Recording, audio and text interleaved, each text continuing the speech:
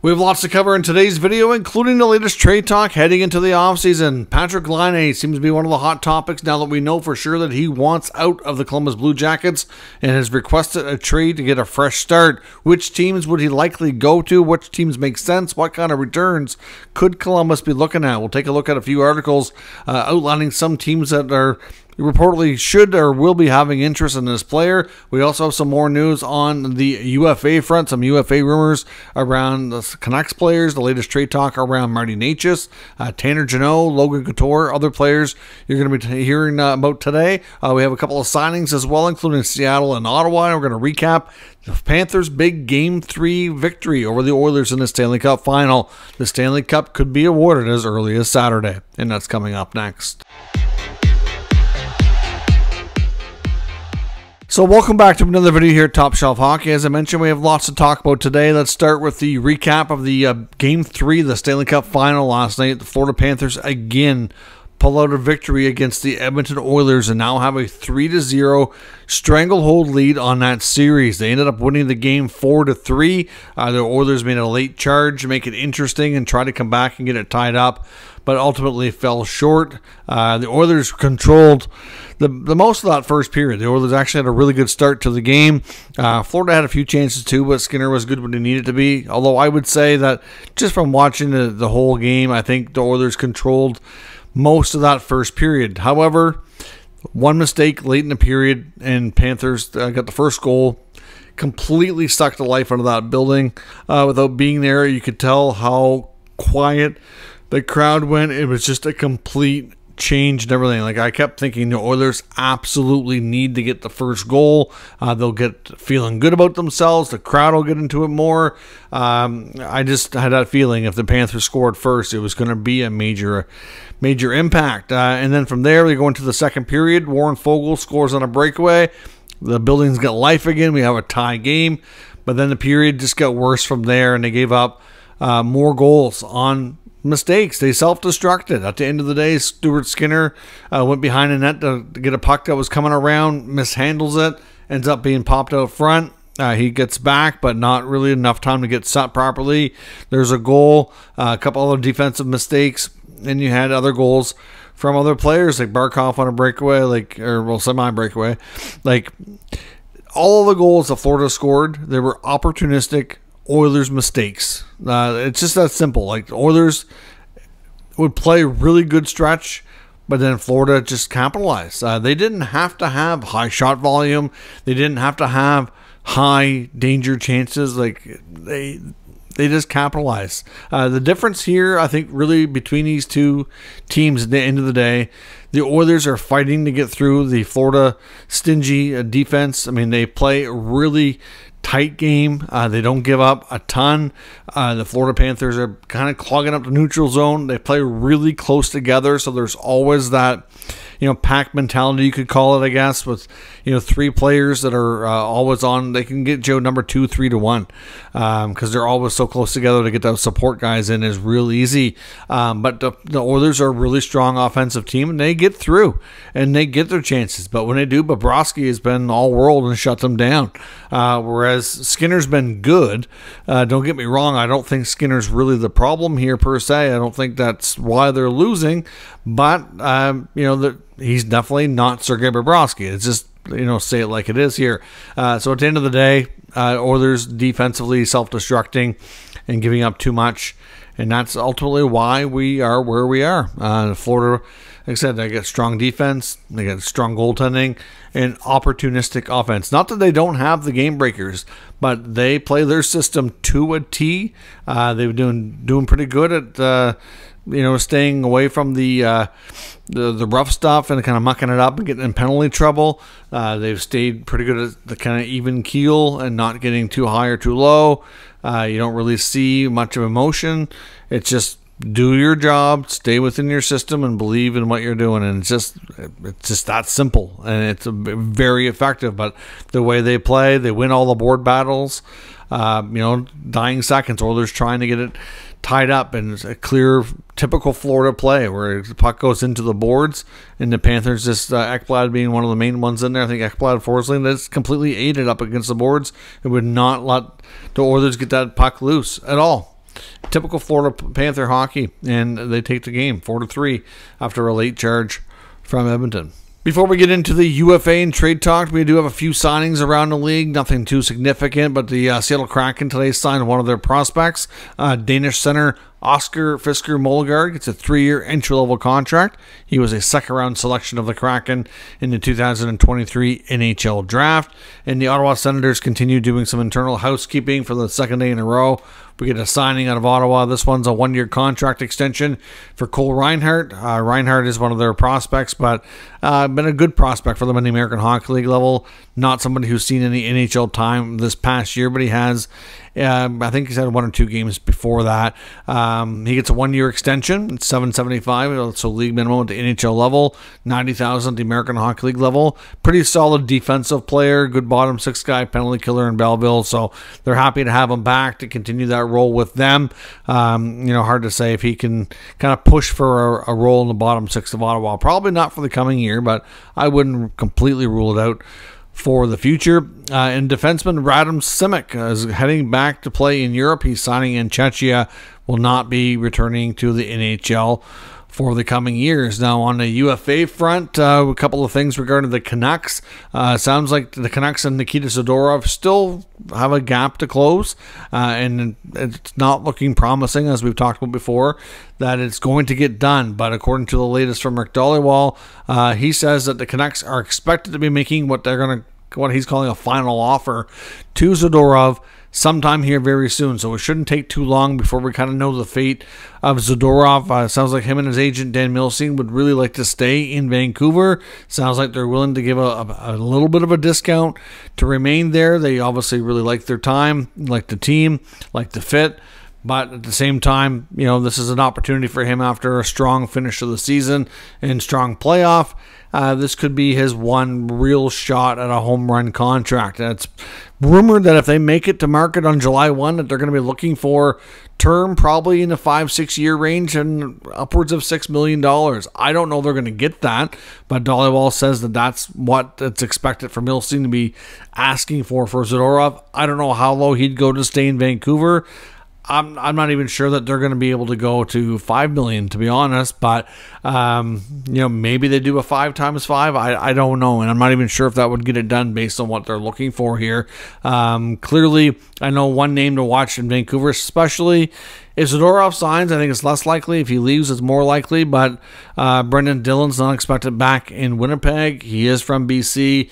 I know on Dhaliwal's show they have interviewed him, and he did acknowledge that it would be something he'd consider to return to play in his home province. So obviously he could be another, not the same kind of defenseman as Zadorov, not as big. He is, a fairly good sized player, but nothing like Zadorov. But Zadorov is a bit of a unique beast in that sense. But it could be a physical type defenseman that they choose to go after, which they might anyways. But I just don't know if they give too much money to Zadorov, if they might not really have that available, especially if they do come to terms with Filip Hronek, and he's going to be pricey to get signed too. So we'll see what they do. But a final offer coming soon, and another player that had ties to the management there, Sam Lafferty, of course, who they knew from their Pittsburgh days, is expected to also hit the market. So this Vancouver team is like outside of your core guys, your Pettersson, Besser, Miller, Quinn Hughes.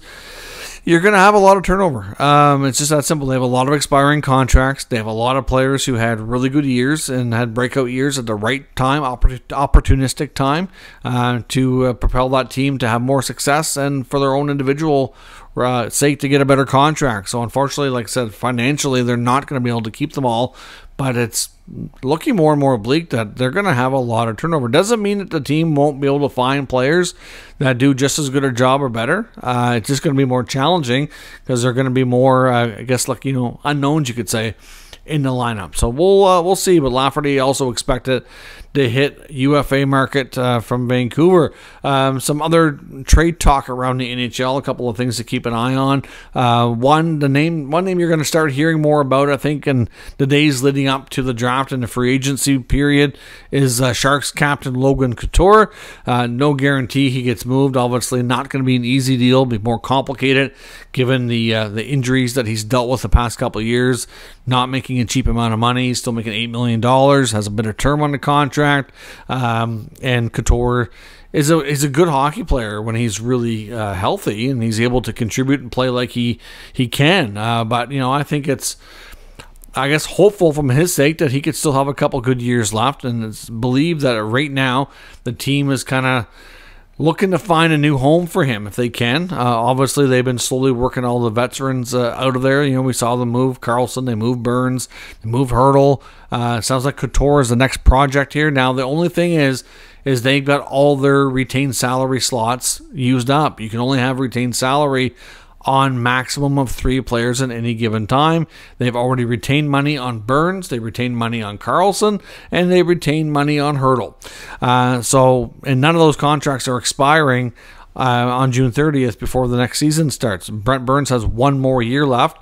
Once next season gets through, they'll have a retained salary slot, but not before then. So to trade Couture would require trading the full cap hit unless they bring in a third team to be a broker and have another team retain money, because at the full salary, it's going to be very, very challenging for teams to do that. Obviously, there are some teams out there that can be that third-party broker that have the space that they could rent for the remaining time on his contract for obviously various types of compensation, likely draft picks or prospects.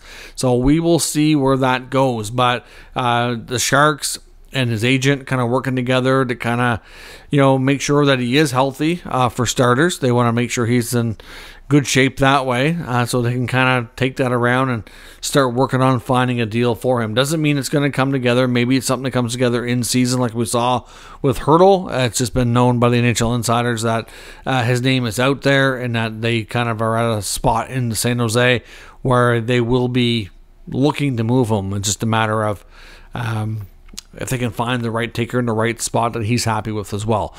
Tampa and Tanner Jeannot, another player and team expected to part ways, you could say. I put out a video earlier today talking about some of the top candidates that I feel are likely to be targeted for potential buyouts. Of course, the NHL buyout window will open 48 hours after the Stanley Cup final is completed and the Stanley Cup has been awarded. That could be as early as next week, because obviously Game 4 could result in a sweep for the Panthers to defeat the Oilers to win the Stanley Cup on Saturday. So that would put 48 hours from there to be Monday evening, so essentially Tuesday morning, before you'd really hear any news on buyouts. That could be as early as then. That's only a few days from now. Obviously, if the Oilers, manage to get some better play and push the series, well, it could delay things a little bit further. But Jeannot is a name I mentioned in that video, thinking like not necessarily one that I thought was real high odds, but if they fail to find a proper trade, they could go that route. Although there's been reports from NHL reporters, I know Elliot Friedman has mentioned it on his podcast, it's been a little while since he did, a few weeks back, that there was a decent amount of interest and he thought they were going to be able to find a trade for him. I know a couple of names that have been mentioned according to other reports. I believe it was Frank Saravalli's Daily Faceoff trade bait board that he just put out in the last day. Had Chicago and San Jose being interested parties. Of course, Jeannot is mostly known for coming up the ranks through the minors, East Coast League. Got into Nashville, was a guy who was playing a very physical style of game, mostly like in a middle six, third line kind of role. Showed that he had some offensive upside, but also not afraid to throw the big hit and drop the gloves. And Tampa absolutely loved that kind of play, and it just hasn't worked out. They paid a bundle of picks to get him. He's not making a ton of money, but he's had a hard time replicating that season that he put up in Nashville, which led to the trade. So we'll have to see. Obviously, teams like San Jose and Chicago that are rebuilding want some good role players and toughness to protect their kids, so it makes a lot of sense if they're willing to take that on. It's not like it's a ton of term or money, and like I said in the buyout video, obviously teams that have players that are candidates for buyouts, they're going to try to trade them first if they can. There's no doubt. So we'll see if that can happen here. But Jeannot is another name that's been out there. Marty Necas, of course, we know has been one of the hot topics, and I would suspect that may not come together until the draft. I would think that the Carolina Hurricanes, there could be other future-based assets in the trade, but we know that the Hurricanes, according to insiders, want I guess you could say a star power player in return. They feel like Marty Necas is a budding star and will be an even bigger star in this league down the road, and they want to get a player back in return who can have a impact on their roster right away and have a similar type of an impact. So they're not looking for a first-round pick and a prospect or that kind of package. Doesn't mean that there couldn't maybe be a third team involved, and for some teams to have any chance at making it work, that might have to be how it goes. Because I know some of the teams that were mentioned were your usual suspects. We've heard about Necas here, but one team that I guess heard for the first time, according to, I think that was Frank Saravalli's list, was Detroit. Now, he does make sense for Detroit, an up-and-coming team, failed just shy of the playoffs this year. Obviously, they want to make sure this year coming, they don't fall short, and they want to make some improvements. So I do expect for them to try to add another top 6 type of player. We don't know if Kane's going back to Detroit. It sounds like that's, maybe not super likely. So to add a guy like Necas, who's young enough to fit in with that young core, that could be a terrific fit there. The only thing is based on what we've heard from Carolina and what they're looking for, what could Detroit offer? And when looking through their roster, and it's tough for me to see a fit that way. So I understand the interest in Detroit, but they're not going to offer up Moritz Seider. They're not going to offer up Lucas Raymond. They're not going to. They just traded for Alex DeBrincat last year. They're not going to move Larkin. I just don't know. If you look at they have some younger players that are not quite full-time NHLers. Yeah, like Simon Edvinsson, Marco Kasper. They might have star power, but I don't know if they have the star power that Carolina is looking for, because I don't think they're quite established enough. And then otherwise, I just don't know that there's anybody else on that roster that they would be comfortable giving up. Guys like Andrew Kopp or JT Compher, that's not going to get it done. So for Detroit to have any chance, it would have to be a 3-team deal. And it would have to involve Detroit, maybe including a young player, maybe a first-rounder. And like I said, if there's a third team involved with another player that Carolina would like in return, then, for example, I don't know, maybe if you look around the NHL, maybe it's like Nick Ehlers, for example. We've heard in Winnipeg that he's available and would like a fresh start off to another team. This is just hypothetical, but just as an example, like maybe Ehlers goes to Carolina, Necas goes to Detroit, and then maybe the Jets get a first round pick and a prospect out of the Red Wings, like something along those lines. Like that's the only way Detroit would, I think, have a real legit chance to get this done, based on what we've heard Carolina want. So interesting to hear their name mentioned. It would certainly be more complicated given their lack of, I think, interesting assets. I mean, I heard Elliot Friedman say before recently that the Hurricanes were kind of talking to a whole bunch of teams about him, and that they're going to be slowly letting teams know that they'll either talk to them or they won't, because they don't have the right assets what they want. So I think it'd be tough for Detroit to pull that off. Now, since the last couple of days, we've heard that Patrik Laine wants out of Columbus. I've been talking about Laine for a couple months, saying that I think he really needs to move out of Columbus. I think he needs a fresh start. I think that the Jackets should try to do that for him this offseason, and now we've heard that he wants that as well. So clearly, like I said, I was saying it for a long time without knowing that he was thinking it himself. Apparently, this was requested before he even went into the player assistance program as well. It's been kind of long time coming, so to speak, and obviously going into the program, dealing with injuries, it kind of delayed really having any chance to happen. But in the last 24, 48 hours since that news came out, he's kind of become the hot topic on social media in the trade rumor world. Looking at, I don't know how many different fan bases I've seen on social media talking about, should we trade for Laine? What would we give up? What do you think? Is it worth the risk? His contract's, a little rich, but could Columbus retain some money? And it's got a lot of people kind of buzzing here. So if you think about it, there's a lot of teams that really should have interest. This guy at one point was a proven 40-goal scorer, second overall pick to Austin Matthews. And for a good stretch of the beginning of his career, he was a really good number 2 pick. So things have happened. He's dealt with a lot of things in his life. He's faced adversity. He's gone through this program. If he can find a spot and get back to a healthy, in all aspects of his life and be productive, it could be a real steal. He's making over $8 million, so Columbus absolutely would have to retain money. But I know there's an article in Pittsburgh Hockey Now suggesting that the Penguins absolutely need to pounce on this. And I couldn't agree more. Like, they would be an excellent team where it would make a lot of sense for him. Now, obviously, we know Kyle Dubas is, maybe handed out some unfavorable contracts during his time as GM between the Leafs and the Pittsburgh Penguins, but he's made some good trades. The Karlsson trade, I thought, even though Erik Karlsson didn't put up 100 points and the Penguins didn't get better, and I said all along, I really don't know that Karlsson was what Pittsburgh needed. He did. It was a really good deal, and they got a star player to his team without giving up a crazy, ridiculous amount of assets. So to me, I think he did relatively well. So for Laine to go there on retained salary, it really wouldn't be that difficult, I don't think, for them to pull off. I mean, obviously, we don't know what Columbus would want in return, and I think at this point, Don Waddell, as the new GM there, is going to be looking at, well, for one, getting the cap space back. He's not tied to any of these players. He's new to the role. So there's that aspect of it. Pittsburgh would probably want to move off a contract like a Riley Smith, and there's believed to be a market for him if it's not Columbus, somewhere else. If they can move Smith off their roster and free up that money, then, of course, have the Columbus retain some money. At the end of the day here, it wouldn't be that complicated for Pittsburgh to bring him in. If they can get him playing like he used to and mix him in with Crosby and Malkin and Rust, Raquel, like they really could use another top six forward, and it might be a way for them to get on without giving up a huge amount of assets. Because that's not going to be easy to do. Now, there's been a lot of link as well to Montreal.